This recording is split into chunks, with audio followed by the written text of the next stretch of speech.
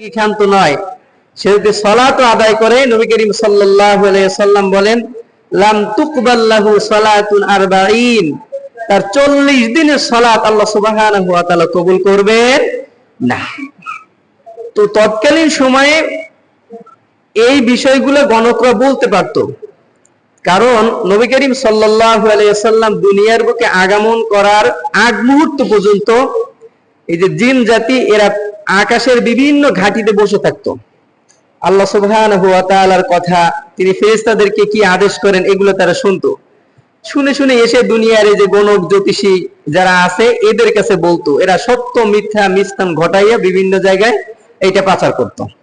কিন্তু নবী করিম সাল্লাল্লাহু আলাইহি সাল্লাম যেই রাতে আগমন করছেন, সেই রাতের পরের থেকে এই জিন জাতি আর সে আসমানের বিভিন্ন ঘাটিতে উঠে এই কথাবার্তাগুলো শুনতে পারে না। কোরআনুল কারীম আল্লাহ সুবহানাহু ওয়া তাআলা সূরাতুল জিনের মধ্যে বলেন, ইন্না কুন্না নাকুদু মিনহা মাকাইদা লিস-সাম ফামান ইয়াস্তামিল আনা ইয়াজিদ লাহু শিহাবার রাসাদা। জিনদের উক্তি যে আমরা আকাশের বিভিন্ন ঘাটিতে আমরা বসে থাকতাম, নাকুদু মিনহা মাকাইদা লিস-সাম, এবং আমরা শ্রবণ করতাম, ওহীগুলো চুরি করে কি করতাম, শ্রবণ করতাম। কিন্তু এখন যদি আমরা এই গোপন চুরি করে এই বিভিন্ন কথাবার্তা ওহী এগুলো শুনতে যাই, তো আমাদের উপরে উল্কাপিণ্ড বা ক্ষেপণাস্ত্র এগুলো ফেরেশতারা নিক্ষেপ করে। এখন আমরা এটা শুনতে পারি না, কেননা আমরা দেখলাম যে জমিনের মধ্যে আল্লাহ সুবহানাহু ওয়া তাআলা কিছু বিস্ময়কর ঘটনা ঘটাইছেন, এবং আসমানেও আল্লাহ সুবহানাহু ওয়া তাআলা কিছু বিস্ময়কর ঘটনা এবং কিছু কর্ম, কিছু আদেশ জারি করেছিলেন। তার মধ্যে ফেরেশতারা অ্যাক্টিভ হয়ে গেছিল যে নবী করিম সাল্লাল্লাহু আলাইহি সাল্লাম তিনি হলেন কিয়ামতের সবথেকে বড় আলামত। কারণ এই নবী করিম সাল্লাল্লাহু আলাইহি সাল্লাম, নবী মুহাম্মদ সাল্লাল্লাহু আলাইহি সাল্লামের এর জিন্দেগীর পরেই, এর জামানার পরেই কিয়ামত সংঘটিত হবে। এজন্য ফেরেশতারা একেবারে ভীতু সন্তুষ্ট হয়ে পড়ছিল। নবী করিম সাল্লাল্লাহু আলাইহি সাল্লাম বলেন, বুইস্তু আনা ওয়াস সাআ, আমি এবং কিয়ামত একসাথে অবতীর্ণ হয়েছে। আমি এবং কিয়ামত কি একসাথে অবতীর্ণ হয়েছে।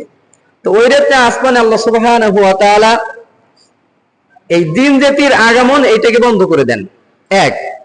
দুই নম্বর, ওই রাতে আল্লাহ সুবহানাহু ওয়া তাআলা যে ফেরেশতা ইসরাফিল আলাইহিস সালাতু ওয়াস সালাম, যার ব্যাপারে বৈশিষ্ট্য আমরা জানি, তিনি সিংহা নিয়ে দাঁড়িয়ে আছেন, কিয়ামতের সময় তিনি ফুৎকার দিবেন। এই ইসরাফিল আলাইহিস সালাতু ওয়াস সালাম নবী করিম সাল্লাল্লাহু আলাইহি সাল্লামের আগমনের আগ পর্যন্ত সিংহা হাতে নিছিল না। যেই রাতে নবী করিম সাল্লাল্লাহু আলাইহি সাল্লামকে দুনিয়ার বুকে আল্লাহ সুবহানাহু ওয়া তাআলা পাঠিয়েছেন, সেই রাতে তিনি সিংহাটা হাতে নিয়ে মুখে দাঁড়িয়ে আছেন। এই একটা ঘটনা। এরপরে ওই রাতে নবী করিম সাল্লাল্লাহু আলাইহি সাল্লামের আগমনকে কেন্দ্র করে আল্লাহ পাক রব্বুল আলামিন সর্বশ্রেষ্ঠ আসমানি যে কিতাব আল কোরআনুল কারীম, আমাদের যে কিতাব, এইটাকে লাউহে মাহফুজ থেকে পৃথিবীর নিকটতম যে আসমানের একটা স্থান আছে বাইতুল ইজ্জাত, এইখানে একত্রে নাজিল করেন। এই আসমান এবং জমিনের এই সব কাজগুলো আল্লাহ সুবহানাহু ওয়া তাআলা নবী করিম সাল্লাল্লাহু আলাইহি সাল্লামের আগমন উপলক্ষ করে একটা আনন্দ উৎসব তিনি করেছেন। তো এই নবী করিম সাল্লাল্লাহু আলাইহি সাল্লামের আগমন কেন্দ্র করে এবং নবী করিম সাল্লাল্লাহু আলাইহি সাল্লাম যেই রাতে আসছেন, এই রাতের পরের থেকে নিয়ে এই যে গণক জ্যোতিষী যাদের মাধ্যমে আর আগেরকার মানুষেরা বিভিন্ন তথ্য শুনতে পারত, যেটা আমরা দেখলাম যে ইয়ামিনের গণকের কাছে যাওয়ার পরে তিনি বলেছিল যে নবী করিম সাল্লাল্লাহু আলাইহি সাল্লামের আগমন ঘটছে, এই কাজগুলো সংঘটিত হয়েছে। কিন্তু কোরআন সাক্ষ্য দিতেছে, ইন্না কুন্না নাকুদু মিনহা মাকাইদা লিস-সাম ফামান ইয়াস্তামিল আনা ইয়াজিদ লাহু শিহাবার রাসাদা, যে ওই রাতের পরের থেকে জিনদের উক্তি আমরা আগে প্রবেশ করতাম আসমানের বিভিন্ন ঘাটিতে, কিন্তু এখন আর প্রবেশ করতে পারি না, আর এখন আর বিভিন্ন তথ্য চুরি করতেও পারি না।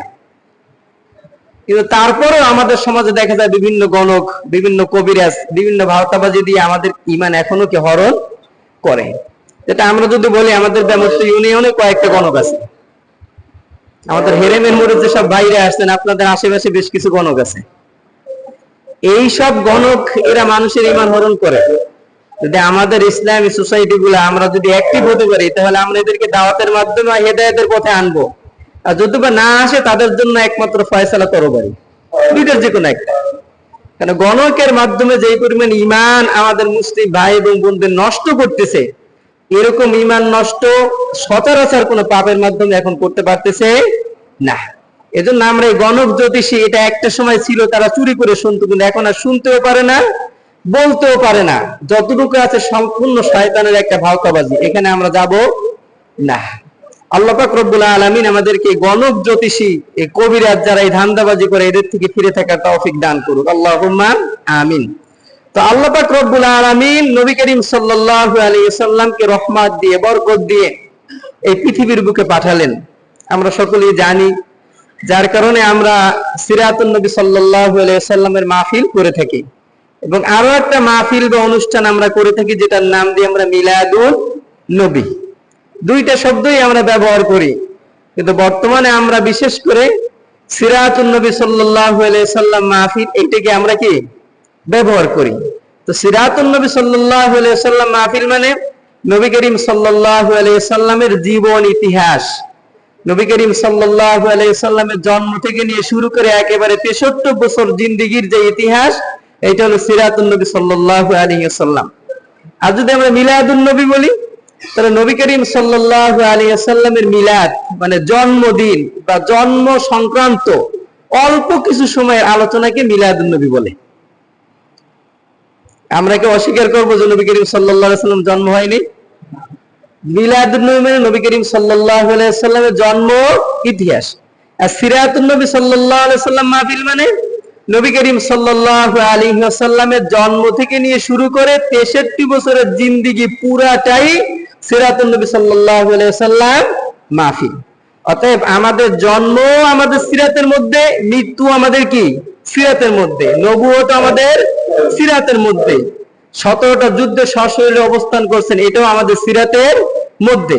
শুধুমাত্র জন্মকেন্দ্রিক আলোচনাই আমাদের কিন্তু নয়, আমাদের তার জন্ম থেকে নিয়ে শুরু করে তার নবুয়তের আগ পর্যন্ত, নবুয়তের পরবর্তী সময় নিয়ে 23 বছরের কোরআন নাজিলের জিন্দেগি সহ পুরা জীবনটাই আমাদের সিরাতুন নবী সাল্লাল্লাহু আলাইহি ওয়াসাল্লাম মাহফিলের। এজন্য দেখবেন আমরা যারা ফেসবুক, ইউটিউব ব্যবহার করি, আমরা অনেক সময় স্লোগান শুনি, মিলাদুন নবী জিন্দাবাদ, সিরাতুন নবী ধ্বংস হোক। মিলাদুন নবী জিন্দাবাদ, সিরাতুন নবী ধ্বংস হোক। কারণ মিলাদুন নবী এটাকে ক্ষান্ত যদি করা যায়, তাহলে জিলাফি, খিচুড়ি, বিরিয়ানি এটা খেয়ে মোটামুটি পেট ভরে এই পর্যন্তই শেষ করা যায়। আর যদি সিরাতুন নবী সাল্লাল্লাহু আলাইহি ওয়াসাল্লাম এটা দিয়ে মাহফিল করি বা সিরাতুন নবী, নবীর আদর্শ বাস্তবায়ন করতে যাই, তাহলে আমাদের অনেক সাইট আমাদের বন্ধ হয়ে যাবে, আমাদের অনেকের মুখের পরিবেশ পরিবর্তন হয়ে যাবে, অনেকের পোশাকের পরিবেশ কি পরিবর্তন হয়ে যাবে, অনেকের বাড়ির পরিবেশ পরিবর্তন হয়ে যাবে, অনেকের ব্যবসা বাণিজ্যের পরিবেশ পরিবর্তন হয়ে যাবে। যার কারণে বলে মিলাদুন নবী জিন্দাবাদ, সিরাতুন নবী ধ্বংস। আমরা এটা বিশ্বাসী কি না?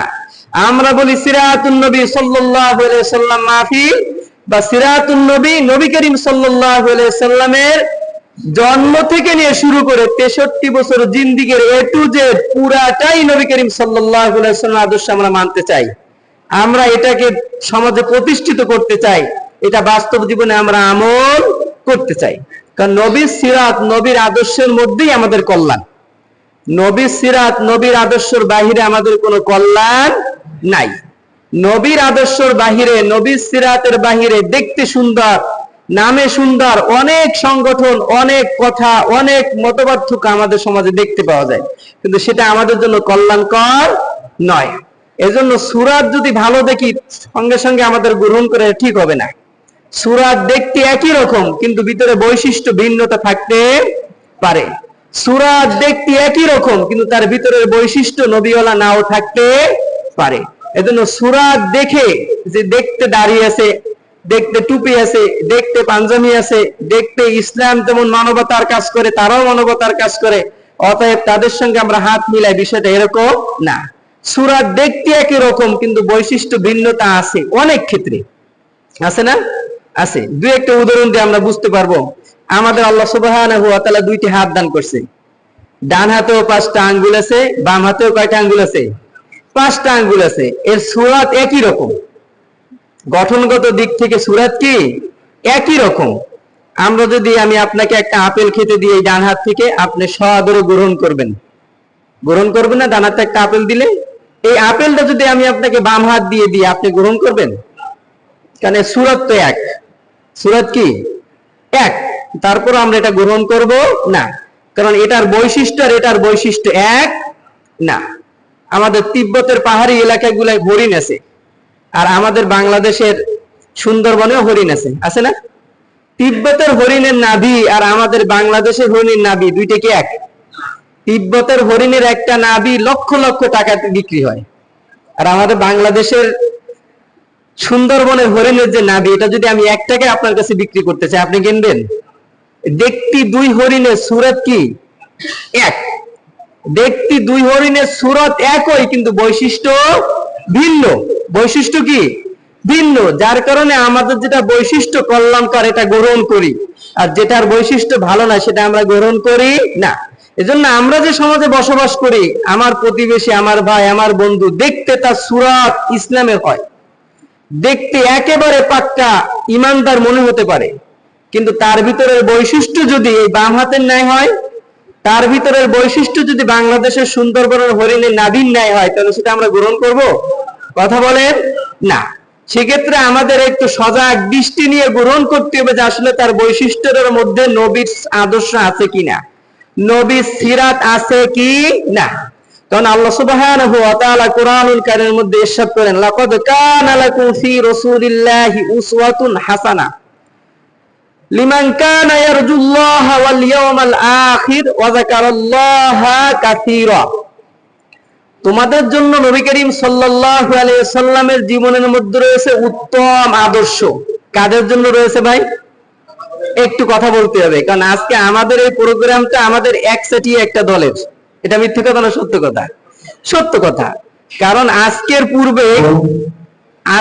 পূর্বে মনে করেন আমাদের ব্যামত্ত ইউনিয়নে বাংলাদেশ জামাত ইসলাম কর্তৃক আয়োজিত এই ব্যানারে এরকম একটা হেডলাইন দিয়ে প্রোগ্রাম কবে হয়েছে আমি জানি না, কারণ যদি কোনোদিন হয়ে থাকে সেই দিন আপনাদের এলাকায় আসেনি, হয়তো 12-13 বছর আপনাদের এই ব্যামত্ত ইউনিয়নে।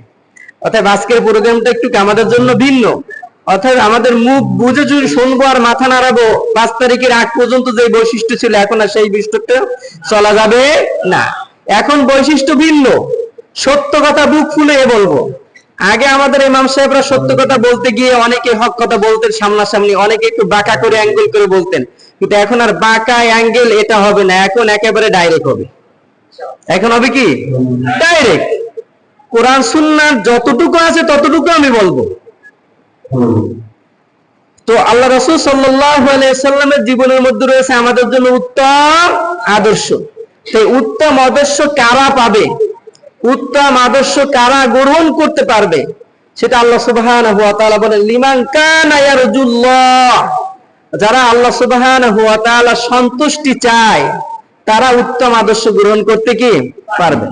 ওয়াল ইয়াউমাল আখির, যারা পরকালের চিরস্থায়ী জীবনের সাফল্য চায় তারা নবী করিম সাল্লাল্লাহু আলাইহি সাল্লামের জীবন থেকে উত্তম আদর্শ গ্রহণ করতে পারবে। ওয়া যাকারাল্লাহা কাসীরা, যারা বেশি বেশি আল্লাহ সুবহানাহু ওয়া তাআলাকে স্মরণ করে তারা নবী করিম সাল্লাল্লাহু আলাইহি সাল্লামের জীবন থেকে উত্তম আদর্শ গ্রহণ করতে পারবে। এই 3 গুণের বৈশিষ্ট্য যাদের মধ্যে আছে তারা নবী করিম সাল্লাল্লাহু আলাইহি সাল্লামের জীবন থেকে আদর্শ গ্রহণ করতে পারবে। আর যাদের মধ্যে এই 3 গুণ নাই তারা নবী করিম সাল্লাল্লাহু আলাইহি সাল্লামের জীবন থেকে উত্তম আদর্শ গ্রহণ করতে পারবে না। এই আয়াতের তাফসিরে অধিকাংশ মুফাসসিরিন কিরাম বলেন যে যারা আল্লাহ সুবহানাহু ওয়া তাআলা সন্তুষ্টি চায়, যারা চিরস্থায়ী জীবনের সাফল্য চায়, যারা আল্লাহ সুবহানাহু ওয়া তাআলাকে বেশি বেশি করে স্মরণ করে, এরা হলো মুমিন। এরা কারা? মুমিন। অতএব মুমিন ছাড়া গায়রে মুমিন এবং মুনাফিকরা নবী করিম সাল্লাল্লাহু আলাইহি সাল্লামের জীবনী থেকে কোন আদর্শ গ্রহণ করতে পারবে না। অতএব আমাদেরকে যদি উত্তম আদর্শ উত্তম মানবের থেকে নিতে হয় তাহলে আমাদের মধ্যে 3টা বৈশিষ্ট্য নিয়ে আসতে হবে। 1 নম্বর বৈশিষ্ট্য, আপনার এবং আমার জীবনে সকল কাজ করতে হবে আল্লাহ সুবহানাহু ওয়া তাআলা সন্তুষ্টির জন্য। আল্লাহ সুবহানাহু ওয়া তাআলা সন্তুষ্টির জন্য যদি আমাদের সকল কাজ করতে পারি তাহলে নবীর থেকে আদর্শ আমি গ্রহণ করতে পারবো। আমি যদি চিরস্থায়ী পরকালকে, আখিরাতকে আমি যদি বিশ্বাস করি, আখিরাতের সাফল্য যদি আমি কামনা করি, তাহলে আমি নবী করিম সাল্লাল্লাহু আলাইহি ওয়াসাল্লামের জীবন থেকে আদর্শ গ্রহণ করতে পারবো। আমি যদি বেশি বেশি করে আল্লাহ সুবহানাহু ওয়া তাআলাকে স্মরণ করি, তাহলেই আমরা আদর্শ গ্রহণ করতে পারবো। তো এক কথায় বলা যায়, যারা আল্লাহ সুবহানাহু ওয়া তাআলার সন্তুষ্টি চায়, চিরকাল চিরস্থায়ী জায়গার সাফল্য যারা চায়, যারা বেশি বেশি করে আল্লাহ সুবহানাহু ওয়া তাআলাকে স্মরণ করে, এইসব ঈমানদার মুমিন যারা, তারাই নবী করিম সাল্লাল্লাহু আলাইহি ওয়াসাল্লামের আদর্শ গ্রহণ করতে পারবে।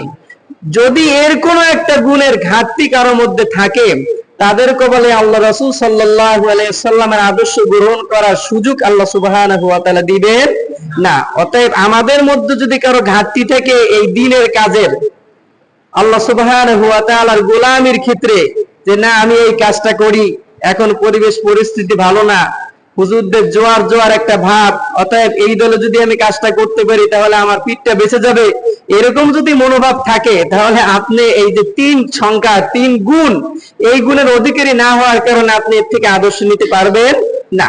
আপনার সময়, আপনার অর্থ, এটা সম্পূর্ণ কি বাহিরে চলে যাবে। এই জন্য ভাই, যতটুকু আমরা পারবো ততটুকু কি আল্লাহ সুবহানাহু ওয়া তাআলা সন্তুষ্টির জন্য করব।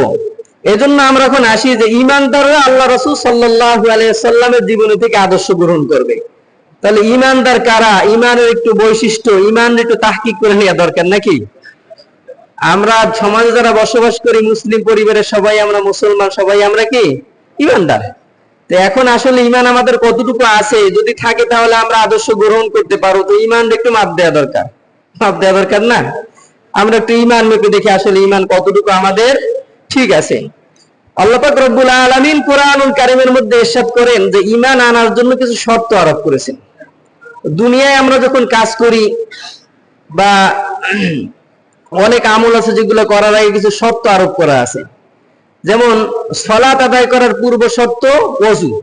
ওযু ছাড়া যদি আমরা সালাত আদায় করি তাহলে সেই সালাত কবুল হবে না। নবী করিম সাল্লাল্লাহু আলাইহি ওয়াসাল্লামের স্পষ্ট হাদিস, লা তুকবালু সালাতুম বিগাইরি তুহুর ওয়ালা সাদাকাতুন মিন গুলুল, যে পবিত্র অবস্থায় ছাড়া অপবিত্র অবস্থায় যদি কেউ সালাত আদায় করে সেটা আল্লাহ পাক রব্বুল আলামিন কবুল করবেন না। আর যদি কেউ আত্মসাৎকৃত সম্পদ দিয়ে দান করে, সদকা করে, সেটাও আল্লাহ পাক রব্বুল আলামিন কবুল করবেন না। এটা শর্ত আরোপ করছে। অর্থাৎ সালাতের পূর্ব শর্ত পবিত্রতা অর্জন করা, দান সদকা এটা কবুল হওয়ার পূর্ব শর্ত, এটা বৈধ হওয়া লাগবে। বোনের সম্পত্তি জোর করে নিয়ে সেই টাকা দিয়ে যদি আমি একটা মসজিদ করে দিই অথবা হজ করতে যাই, তাহলে সেটা আল্লাহ পাক রব্বুল আলামিন যে কবুল করবেন না, এটা এসএসসি পাস করার দরকার নেই। দরকার আছে সাধারণ জ্ঞানে বলবে কি আসলে এটা কবুল হবে না। তো এই জন্য এরপরে আপনি দেখেন, বিয়ে করার পূর্ব শর্ত বা সন্তান লাভের পূর্ব শর্ত, এটা আমরা জানি যে কেউ যদি সন্তানের বাবা হতে চায় তাহলে তার পূর্ব একটা শর্ত কি, বিবাহ করা লাগবে। আপনার যদি মনে মনে মনে চায় যে আমার আব্বা বলে ডাক দিক আমার কলিজাটা ঠান্ডা হবে, তার পূর্ব শর্ত কি ভাই? বিবাহ করতে হবে। বিবাহ করার পরে আল্লাহ পাক রব্বুল আলামিন যদি চায় তো আপনাকে সন্তান দান করবে, সে আপনাকে আব্বা বলে কি বলবে, ডাক দেবে। এই বিবাহ বহির্ভূত অবস্থায় শর্ত ভঙ্গ করে কেউ যদি সন্তানের পিতা হতে চায় তাহলে সেটা কি বৈধ হবে না অবৈধ হবে? অবৈধ হবে। এজন্য ঈমানের শর্ত পূরণ না করে কেউ যদি ঈমানদার দাবি করে তো সেটা কি বৈধ ঈমানদার না অবৈধ ঈমানদার? শর্তটা কি আমাদের জানা দরকার না? আল্লাহ পাক রব্বুল আলামিন বলেন, ফামাই ইয়াকফুর বিত-তাগুত ওয়া ইউমিন বিল্লাহ, তো তোমরা ঈমান আনার আগে কুফর বিত-তাগুত, তাগুতকে প্রত্যাখ্যান করো, তাগুতের সাথে সম্পর্ক ছিন্ন করো, তাগুতের সাথে লেনদেন এটা ছিন্ন করে দাও। এরপরে ওয়া ইউমিন বিল্লাহ, এক আল্লাহর প্রতি ঈমান আনয়ন করো, আল্লাহ পাক রব্বুল আলামিন সেটা কবুল করবে। তাহলে ভাই ঈমান আনার পূর্ব শর্ত কি? তাগুতের সাথে সম্পর্ক ছিন্ন করা। এই শব্দটা আমাদের মুখস্থ করতে হবে। বলেন, তাগুতের সাথে সম্পর্ক ছিন্ন করা। তাগুতের সাথে সম্পর্ক থাকা অবস্থায় আমি যদি ঈমান আনি, তাহলে বিবাহ ছাড়া আব্বা ডাক শোনার জন্য যেই কাজ হয় আর তাদেরকে যা বলে, আমার ঈমানের অবস্থাটাও ঠিক তাই হবে। তো আল্লাহ পাক রব্বুল আলামিন বললেন, ফামাই ইয়াকফুর বিত-তাগুত, তাগুতকে প্রত্যাখ্যান করো, তাগুতকে ছেড়ে দাও, তাগুতের সাথে সম্পর্ক ছিন্ন করো, ওয়ায়ুমিন বিল্লাহ, এরপরে এক আল্লাহর প্রতি ঈমান আনো। তখন তাগুত কি? তাগুত শব্দের শাব্দিক অর্থ হলো সীমা লঙ্ঘন করা। তাগুত শব্দটা আসছে তগা থেকে, আর তগা শব্দের উৎপন্ন হয়েছে তুগিয়ান থেকে। আমরা সূরাতুন নূহ, হযরত নূহ আলাইহিস সালাতু ওয়াস সালামের পেলামন ঘটছিল, আমরা এই খবরটা জানি না? এই নূহ আলাইহিস সালাতু ওয়াস সালামের পেলাবন সম্পর্কে আল্লাহ পাক রব্বুল আলামিন কোরআনুল কারীমের মধ্যে আলোচনা করতে গিয়ে বলেন যে তগাল মা। নূহ আলাইহিস সালাতু ওয়াস সালামের পেলাবন সম্পর্কে আলোচনা করতে গিয়ে আল্লাহ বলতেছেন তগাল মা, পানি সীমা লঙ্ঘন করেছে। অর্থাৎ পানির একটা সীমা, পানির একটা রাস্তা আছে। আমাদের এই যে দয়াটানা নদী, এই নদীর স্বাভাবিক একটা বৈশিষ্ট্য, দুই পাশে যে দ্বার আছে, এই দ্বারের মাঝখান থেকে পানি চলবে, জোয়ার হবে, ভাটি হবে, এটা পানির একটা বৈশিষ্ট্য। দৈনিক এই কাজ করতে থাকবে। কিন্তু পানি মাঝে মধ্যে বছরে দেখা যায় সীমা লঙ্ঘন করে, সীমা লঙ্ঘন করে বেরিবাদ ওভারটেক করে আমাদের ঘের বাড়ি যা আছে সব একেবারে সমান বানাইয়া ব্যবসা বাণিজ্য একেবারে হাতে দিয়ে চলে যায়। তখন পানি কি করে? সীমা লঙ্ঘন করে। তো নূহ আলাইহিস সালাতু ওয়াস সালামের পেলাবনের আলোচনা করতে গিয়ে আল্লাহ বলছেন তগল মা, পানি সীমা লঙ্ঘন করলো। তো তাগুত শব্দের অর্থ তো সীমা লঙ্ঘন করা, সীমা অতিক্রম করা। আল্লাহ পাক রব্বুল আলামিন কর্তৃক মানব জাতির জন্য যে সীমা রেখা দেওয়া আছে, এই সীমা রেখা যারা অতিক্রম করে তাদেরকে বলা হয় তাগুত। সেটা বুঝাতে পারছি? আল্লাহ প্রদত্ত সীমা রেখা, আল্লাহ প্রদত্ত আইন বিধানের বাহিরে যারা চলে যায় তাদেরকে বলা হয় তাগুত। এরপর আমাদের বাংলাদেশি সোজা ভাষায় যদি আমরা বলতে চাই, যারা আল্লাহ সুবহানাহু ওয়া তাআলা কর্তৃক হালাল বিধানকে যারা লাইসেন্স দিয়ে হারাম বানায়, আল্লাহ পাক রব্বুল আলামিন যেটাকে হারাম ঘোষণা করছে এটাকে যারা লাইসেন্স দিয়ে বৈধতার ঘোষণা দেয়, এরা হলো তাগুত। এটা সহজ হচ্ছে না আমাদের জন্য? এটা মনে থাকবে। আল্লাহ সুবহানাহু ওয়া তাআলার হালাল বিধানকে যারা হারাম বানায়, আর আল্লাহ পাক রব্বুল আলামিন যেটাকে হারাম ঘোষণা করছে এটাকে লাইসেন্স দিয়ে যারা বৈধতা দেয় অথবা টোকেন দিয়ে বৈধতা দেয় না, এরা কি? কথা বলেন, তাগুত। এই তাগুতের সাথে যদি আমাদের সম্পর্ক থাকে, লেনদেন থাকে, ভালোবাসা থাকে, টেবিলের নিচের সম্পর্ক থাকে, অথবা গোপন ফোনের সম্পর্ক থাকে, আল্লাহ পাক রব্বুল আলামিন বলেন এর ঈমান কবুল হবে না। অতএব এদের সাথে সম্পর্ক ছিন্ন করার আগ পর্যন্ত আমার ঈমানদার হওয়াই সম্ভব নয়। আর ঈমানদার যদি না হতে পারি, নবী মুহাম্মাদের আদর্শ গ্রহণ করা আমার সম্ভব নয়। আর ঈমানদার যদি নাই হই, তাহলে আমার মরণের সময় কালিমাতুত তয়্যিবা নসিব হবে না। তাহলে পরকালের বিষয়টা তো পরেই রয়ে গেছে। তো আল্লাহ পাক রব্বুল আলামিন যে বিষয়গুলোকে হারাম ঘোষণা করেছে, এইটাকে যারা বৈধতা দিয়ে সমাজের মধ্যে প্রতিষ্ঠা করে, তাদের সাথে যদি সম্পর্ক আমাদের থাকে তাহলে আমাদের ঈমান থাকবে? কথা বলেন, থাকবে? তাহলে যারা সুদকে লাইসেন্স দিয়ে সমাজের মধ্যে বৈধতা দিচ্ছে তাদের সাথে সম্পর্ক রাখা যাবে? কথা বলেন, না। যারা প্রত্যেকটা জেলা উপজেলায় প্রতিতলার লাইসেন্স দিয়ে বৈধতা দিয়েছে তাদের সাথে সম্পর্ক রাখা যাবে? কথা বলেন, না। তো এরকম করে অসংখ্য হারাম বিধান আমাদের সমাজে এরা লাইসেন্স দিয়ে দিয়ে দিয়ে দিয়ে বৈধতা দিয়ে দিয়েছে। আর যারা লাইসেন্স দিয়ে বৈধতা দিয়ে দিয়েছে তাদের সাথে আমাদের ওঠা বসা, তাদের সাথে আমাদের চায়ের আড্ডা, তাদের সাথে আমাদের লেনদেন, তাদের সাথে আমাদের হ্যালো সম্পর্ক। আপনি আজকে জয় গেছি কেন্দ্রীয় মসজিদ থেকে শুনলেন যে ফামাইয়াকফুর বিত্তাগুত ওয়া ইউমিন বিল্লাহ, সালাত আদায় করার পূর্ব শর্ত ওযু করা, দান সদকা কবুল হওয়ার পূর্ব শর্ত বৈধ হাতে ইনকাম করা, ঈমানদার বলে দাবি করার পূর্ব শর্ত তাগুতকে প্রত্যাখ্যান করা। যতক্ষণ পর্যন্ত এদের সাথে সম্পর্ক ছিন্ন আমার না হবে ততক্ষণ পর্যন্ত আমার ঈমানদারের খাতায় নাম উঠবে না। আর কোরআনুল কারীমে যত বিধান আছে অধিকাংশ বিধান ইয়া আইয়ুহাল্লাযীনা আমানু বলেই দিয়া। ইমাম সাহেব ঠিক কি না? ইয়া আইয়ুহাল্লাযীনা আমানু কুতিবা আলাইকুমুস সিয়াম, ও ঈমানদার তোমরা সিয়াম পালন করো। ইয়া আইয়ুহাল্লাযীনা আমানু দুখুলু ফিস সিলমি কাফা, ও ঈমানদার ইসলামের মধ্যে পরিপূর্ণভাবে প্রবেশ করো। ইয়া আইয়ুহাল্লাযীনা আমানু, এরকম করে প্রত্যেকটা বিধান আল্লাহ সুবহানাহু ওয়া তাআলা ইয়া আইয়ুহাল্লাযীনা আমানু বলে বলে কি করছেন? ডাক দিবেন। তো আমার নামটা যদি ঈমানদারের খাতায় না থাকে তাহলে এই ডাক আমার কানে পৌঁছবে? আমি যদি একটা প্রতিষ্ঠানে ভর্তি হয়ে জানুয়ারি মাসে, তাহলে আমার নামটা হাজিরা খাতায় উঠবে। ফেব্রুয়ারি মার্চ এপ্রিল দেখা গেল 8 মাস আমি ক্লাস করিনি। 11 মাসে যখন ফাইনাল পরীক্ষা হবে তখন আমি যদি হেড স্যারের কাছে অজুহাত প্রকাশ করি যে আমার এই সমস্যা ছিল, আমি ক্লাসে উপস্থিত হইতে পারিনি, আমি তো জানুয়ারিতে ভর্তি হয়েছি, অতএব আপনি আমার এই অজুহাত গুলা মঞ্জুর করে আমাকে পরীক্ষা করার সুযোগটা দেন। তাহলে হেড স্যার বিবেচনা করে আমার একটা সুযোগ কি দিবে, দেওয়ার সম্ভাবনা আছে। কিন্তু জানুয়ারিতে যদি আমি ভর্তি না হই, আমার নামটা যদি খাতায় নাই থাকে, তাহলে আমি যদি এমপি মন্ত্রী মিনিস্টার নিয়েও আমি যদি প্রতিষ্ঠানে যাই, তাহলে আমার কি ভর্তি করার কোনো সুযোগ আছে? কথা বলেন না।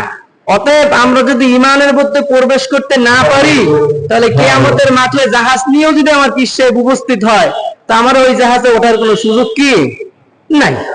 অতএব আমার ইমানদার হয়ে ইমানের খাতায় নাম লেখে তারপরে যদি কাজ কমও করি, তাও আশা করতে পারি আল্লাহ পাক রব্বুল আলামিন আমাকে এবং আপনাকে মাফ করে দেবেন। এজন্য ভাই আল্লাহ পাক রব্বুল আলামিন বললেন, লাকাদ কানা লাকুম ফি রাসূলিল্লাহি উসওয়াতুন হাসানাহ, তোমাদের জন্য রয়েছে উত্তম আদর্শ নবী মুহাম্মদুর রাসূলুল্লাহ সাল্লাল্লাহু আলাইহি সাল্লামের জীবনের মধ্যে। এই উত্তম আদর্শ গ্রহণ করতে পারবে কারা? ঈমানদার যারা। গ্রহণ করতে পারবে না কারা? বেঈমান মুনাফিক যারা, তারা। তো ঈমানদারের প্রথম বৈশিষ্ট্য এই আয়াতের মধ্যে আমরা পাইছি 3টা। একেবারে ঘুম থেকে ওঠা থেকে নিয়ে শুরু করে একেবারে ঘুম পড়ার আগ পর্যন্ত যতটুকু কাজ করে, লিমান কানা ইয়ারজুল্লাহ, আল্লাহ সন্তুষ্টির জন্য কাজ করে। ভাইকে দেখানোর জন্য, সন্তানকে দেখানোর জন্য, স্ত্রীকে খুশি করার জন্য কোনো দিনই কাজ করে না। একমাত্র আল্লাহ সুবহানাহু ওয়া তাআলা সন্তুষ্টির জন্য কাজ করে। একমাত্র আল্লাহ সুবহানাহু ওয়া তাআলা সন্তুষ্টির জন্য সম্পদ ব্যয় করে, এরকম লোক। 2 নম্বর, ওয়াল ইয়াউমাল আখির, চিরস্থায়ী পরকাল জিন্দেগিতে যারা বিশ্বাস স্থাপন করে। 3 নম্বর, ওয়া যাকারাল্লাহা কাসীরা, যারা বেশি বেশি করে আল্লাহ সুবহানাহু ওয়া তাআলাকে স্মরণ করে তারা। তো এই 3টা বৈশিষ্ট্য হলো ঈমানদারদের মধ্যে। আর ঈমানদারের প্রথম শর্ত হলো আমাদেরকে তাগুতকে প্রত্যাখ্যান করে আমার ঈমানটাকে পাক্কা করতে হবে। তাগুতের সাথে সম্পর্ক ছিন্ন করে আমার ঈমানকে নির্ভেজাল করতে হবে। তাগুতের সাথে সম্পর্ক থাকবে, আবার ঈমানদার বলেই আমি দাবি করব, তো এরকম 2 নম্বরই কাজ ফেরেশতারা আল্লাহর করে না। দুনিয়ার মানুষেরা অনেক সময় দেখা যায় টাকা পয়সার লোভে, বিভিন্ন স্বার্থে হাসিলের জন্য, অথবা একটা ঘের, অথবা একটা গেট, অথবা একটা টোল, এটা দেওয়ার স্বার্থে বর্তমানে আমরা যেটা দেখতেছি, বিভিন্ন লোককে বিভিন্ন কাছে বিভিন্ন ভাবে সাপোর্ট করতেছে না? তা আল্লাহ সুবহানাহু ওয়া তাআলা ফেরেশতারা তো এই কিছু গ্রহণ করে না, তারা খায়ও না, পানও করে না। যদি কিছু খাইতো তাহলে তাকে কিছু দিয়ে ঘুষ দেওয়ার মাধ্যমে, উৎকোচ দেওয়ার মাধ্যমে তাকে হাতে নেওয়ার সম্ভাবনা কি ছিল? তারা খায় না, পান করে না, ঘুমও করে না, হাগামতা কিছুই তাদের কি নাই। অতএব আল্লাহ ফেরেশতারা যারা আমাদের রিপোর্ট এগুলো সংরক্ষণ করে, তাদেরকে ঘুষ দেওয়ার কোনো সিস্টেম কি নাই। তাদেরকে হাতে নেওয়ার সিস্টেম একটাই, সেটা হলো আল্লাহ সন্তুষ্টির জন্য কাজ করা।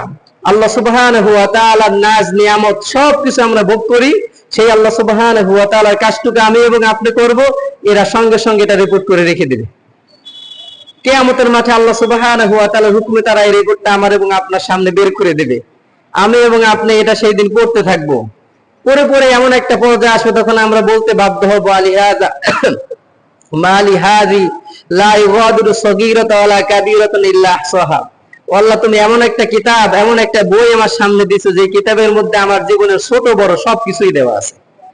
এমন কোন বিষয় নাই যেটা দেওয়া থাকবে না। আজকের এই সিরাতুন নবী সাল্লাল্লাহু আলাইহি ওয়াসাল্লাম মাহফিলের বৈঠকটা, এটাও লেখা থাকবে। আবার আমি এবং আপনি যদি সংগোপনে কোনো বৈঠকে ইসলামের বিরুদ্ধে কোনো ষড়যন্ত্র করার জন্য কাজ করি, সেটাও কি লেখা থাকবে। আদনাত থেকে আদনা, ফামান ইয়ামাল মিসকালা দাররাতিন খায়রান ইয়ারা, সরিষা দ্বারা পরিমাণ যদি ভালো কাজ করে থাকি, সেটাও আল্লাহ পাক রব্বুল আলামিনের আমলনামার খাতায় কি আমাদেরকে দেখতে পাবো। ওয়া ইয়ামাল মিসকালা দাররাতিন শাররান ইয়ারা, সরিষা দানা পরিমাণ যদি অন্যায় অশ্লীল কোনো গুনাহের কাজ করে থাকি, সেটাও আমার এবং আপনার আমলনামার সামনে আমরা কি দেখতে পাবো। এবং পরিবেশটা এমন হবে, পরিস্থিতিটা এমন হবে, যে সময়টা আমার এবং আপনার কোনো কিছু বলার থাকবে না। কারণ আপনি মুখ দিয়ে বলার চেষ্টা করবেন, না স্বীকার করার চেষ্টা করবেন, আপনার মুখটাকে আল্লাহ পাক রব্বুল আলামিন সেলাই করে দেবে। সূরা ইয়াসিনের মধ্যে আল্লাহ পাক রব্বুল আলামিন বলেন, আল ইয়াওমা নাখতিমু আলা আফওয়াহিহিম ওয়া তুকাল্লিমুনা আইদিহিম ওয়া তাশহাদু আরজুলুহুম বিমা কানু ইয়াকসিবুন। ওই দিন আল্লাহ পাক রব্বুল আলামিন মানুষের নাখতিমু আফওয়াহি, মুখটাকে সেলাই করে দেবে, সুই সুতা দিয়ে কি করবে? সেলাই করে দেবে। অতুকাল্লিমুনা আইদিহিম, আপনার এই দুই হাত থেকে সাক্ষ্য গ্রহণ করবে। এই দুইটা হাত কি ইসলামের জন্য ব্যবহৃত হয়েছে, না জাতীয়তাবাদের জন্য ব্যবহৃত হয়েছে, না আব্রাহাম লিঙ্কনের তৈরি করা মতাদর্শ গণতন্ত্রের জন্য ব্যবহৃত হয়েছে? এই দুই হাত আপনার কথা বলে দেবে। আপনার এই দুই হাত অতুকাল্লিমুনা আইদিহিম, এটা বলে দেবে যে আপনার এই দুইটা হাত জীবনভর কোন বিষয়ের উপরে কাজ করেছে। ওয়াতাশহাদু আরজুলুহুম, আপনার পা গুলো সাক্ষ্য দেবে। দুনিয়ার একটা নিয়ম আমাদের সমাজে, সেটা হলো আমি একজন ইমাম, আমার বিরুদ্ধে যদি কমিটির কাছে কোনো মুসল্লি নালিশ করে, তো এসে বলবে যে ইমাম সাহেব অমুক করতে ছিল না, বা ইমাম সাহেব অমুক কাজটা মসজিদের ভিতরে এই কাজটা করছে। একটা মুসল্লি দাঁড়িয়ে আমার বিরুদ্ধে অবজেকশন দিল, আর একটা মুসল্লি দাঁড়িয়ে বললো হ্যাঁ ইমাম সাহেব যখন এই কাজটা করছে তখন আমিও দেখছি। তখন বলেন যারা কমিটিতে যারা আছে উপস্থিত বিচারক যারা থাকবে, তাদেরকে এই বিষয়টা বিশ্বাস করতে কোনো ঘাটতি থাকবে?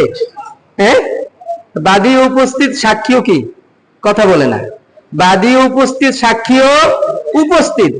মুখ আমার সেলাই করা, নাখতিমু আলা আফওয়াহিহিম, কিয়ামতের মাঠ, চক্ষু বন্ধ করে চলে যান, কিয়ামতের মাঠ, এই মুখটা আমার সেলাই করা। অতুকাল্লিমুনা আইদিহিম, হাত বলতেছে, দুইটা হাত সারাটা জীবন আব্রাহাম লিঙ্কনের তৈরি করা গণতন্ত্র প্রতিষ্ঠা করার জন্য তুমি দুনিয়ার বুকে চেষ্টা করছো, অথবা দ্বীনুল ইসলাম প্রতিষ্ঠা করার জন্য চেষ্টা করছো। এই সাক্ষ্যটা হাত দিতেছে। এই হাত সাক্ষ্য দেওয়া শেষ হওয়ার সঙ্গে সঙ্গে ওয়াতাশহাদু আরজুলুহুম, পাও দুইটা বলতেছে আল্লাহ হাত যা যা বলেছে সব সত্য বলেছে, আমার মাধ্যমে হেঁটে গিয়ে ওই ভালো কাজটা করছে, নতুবা এই অন্যায় কাজটা করছে। বাদী উপস্থিত সাক্ষীও কি কথা বলেন? আপনার যাওয়ার রাস্তা আছে? হ্যাঁ, রাস্তা নাই। আল্লাহ পাক রব্বুল আলামিন সূরাতুল জিলজালের মধ্যে বলেন ইয়াউমাইযিন তুহাদ্দিসু আখবারাহা, সেই দিন আপনার এই স্থানগুলো, জমিনগুলো টপ টপ করে কথা বলবে। সেই দিন এই জমিনগুলো কি করবে? কথা বলবে। এই জমিনের উপরে আপনি যা কিছু করেন, আসলে জমিনের উপর ছাড়া, এই জমিন ছাড়া আমরা ভালো করি আর মন্দ করি, পক্ষে করি আর বিপক্ষে করি, এই কোনোটা কি জমিন ছাড়া করা সম্ভব? যেইখানেই যাই না কেন, 10 তলার উপরে গেলে সেটাও তো জমিনের উপরে। আর সেই ওই কলা বাগানের নিচে একটা ঘেরের বাসা আছে ছোট, 6 হাত লম্বা 3 হাত আড়ে, এইখানে বসেও যদি কোনো পরিকল্পনা করি ইসলামের বিরুদ্ধে, সেটাও কি জমিনের উপরে না বাইরে? বাইরে। অতএব এই জমিন সেই দিন ইয়াউমাইযিন তুহাদ্দিসু আখবারাহা, আপনার এবং আমার পক্ষে এবং বিপক্ষে টাস টাস টাস টাস করে কথা বলে দেবে। তো এই জন্য ভাই, নবী করিম সাল্লাল্লাহু আলাইহি সাল্লামের জীবনের মধ্যে, সিরাতের মধ্যে আল্লাহ পাক রব্বুল আলামিন আমাদের জন্য উত্তম আদর্শ রেখে দিয়েছেন। তো এই উত্তম আদর্শ যদি গ্রহণ করতে হয়, তাহলে আমাদেরকে আল্লাহ পাক রব্বুল আলামিনের সন্তুষ্টির জন্য কাজ করবে, 1 নম্বর বৈশিষ্ট্য। 2 নম্বর বৈশিষ্ট্য, আমরা পরকাল চিরস্থায়ী জিন্দেগি, যেটা হিসাব নিকাশ হবে, কিয়ামতের মাঠ, যেটা আমরা বলতেছিলাম যে এই মাঠের হিসাব নিকাশের বিষয়টার প্রতি আমাদের বিবেচনা করে আমাদের বিশ্বাস রাখতে হবে, এবং দুনিয়ার এই ক্ষণস্থায়ী সময়টা আমরা আল্লাহ সুবহানাহু ওয়া তাআলা স্মরণের মাধ্যমে যদি কাটিয়ে দিতে পারি, ইমানদারের খাতায় যদি আমাদের নামগুলো লেখাইতে পারি, তাহলে আমাদের এই জিন্দেগিটা সফল হবে এবং আমাদের পরকালটাও কি সফল হবে। আমি মারা যাওয়ার পরে আমার আত্মীয় স্বজন, আমার পাড়া প্রতিবেশী আমাকে সত্য কথা বলে মাটি দিতে পারবে। কি কথা বলে মাটি দেবে? কি কথা বলে মাটি দেবে? সত্য কথা বলে। আমাদের কমান যে দোয়া আমরা সবাই জানি, মাটি দেওয়ার একটা দোয়া, বিসমিল্লাহি ওয়া আলা মিল্লাতি, বলে মুখস্থ না আমাদের? আল্লাহ তোমার নামে, তোমার রাসূলের আদর্শের উপরে তোমার বান্দাকে রেখে যাচ্ছি, এই তো অর্থ নাকি হুজুর? এই না অর্থ? বিসমিল্লাহি, আল্লাহ তোমার নামে, ওয়া আলা মিল্লাতি রাসূলিল্লাহ, রাসূলের আদর্শের উপরে রেখে যাচ্ছি। রাসূলের আদর্শের ভিতরে আমাদের মুক্তি, আমাদের কল্যাণ রয়ে গেছে। তা আমার এই 3.5 হাত বডি, 30, 40, 60, 70 বছরের জিন্দেগি, এটা যদি আল্লাহ রাসূল সাল্লাল্লাহু আলাইহি সাল্লামের আদর্শ অনুযায়ী না চালাই, তাহলে আপনার ভাই বন্ধু, পাড়া প্রতিবেশী, ছেলে মেয়ে, এরা মিথ্যা কথা বলে আপনাকে মাটি দেবে। কি বলে মাটি দেবে? মিথ্যা কথা বলে। কেন? আপনি জীবন ভর ইসলামী আন্দোলনের বাহিরে আপনি কাজ করে গেছেন, মারা যাওয়ার পরে আপনার এলাকার ইমাম সাহেব, আপনার ভাই বন্ধু, পাড়াপতি সবাই বলতেছে হুজুর একটু দোয়াটা পড়াই দেন, বিসমিল্লাহি ওয়া আলা মিল্লাতি রাসূলুল্লাহ। জীবন ভর কাজ করছেন আব্রাহাম লিঙ্কনের, জীবন ভর কাজ করছেন লেনিনের, জীবন ভর কাজ করছেন কার্ল মার্ক্সের। আদর্শ প্রতিষ্ঠা করার জন্য সংগ্রাম করে একেবারে মাথার ঘাম পায়ে ফেলাই দিছি, কিন্তু মারা যাওয়ার পরে সাক্ষ্যটা দেয়া লাগতেছে কি? মিথ্যা। অতএব আমরা আশা করব আমাদের জিন্দেগিতে যেন একটা সত্য সাক্ষ্য একেবারে শেষ প্রান্তে, কারণ কবরে শোয়ানোর পরে আর তো আর আমার সাথে সাক্ষাৎ করার কোনো সুযোগ আছে? সুযোগ নাই। অতএব শেষ সময়ে যেন আমার প্রতিবেশী, আমার আপনজন যেন আমাকে একটা সত্য সাক্ষ্য দিয়ে আমাকে মাটি দিতে পারে, সেই রকম একটা অবস্থানে আমার জীবন চালাতে পারি। আল্লাহ পাক রব্বুল আলামিন সেই তৌফিক দান করুক। আল্লাহুম্মা আমিন। আসসালামু আলাইকুম।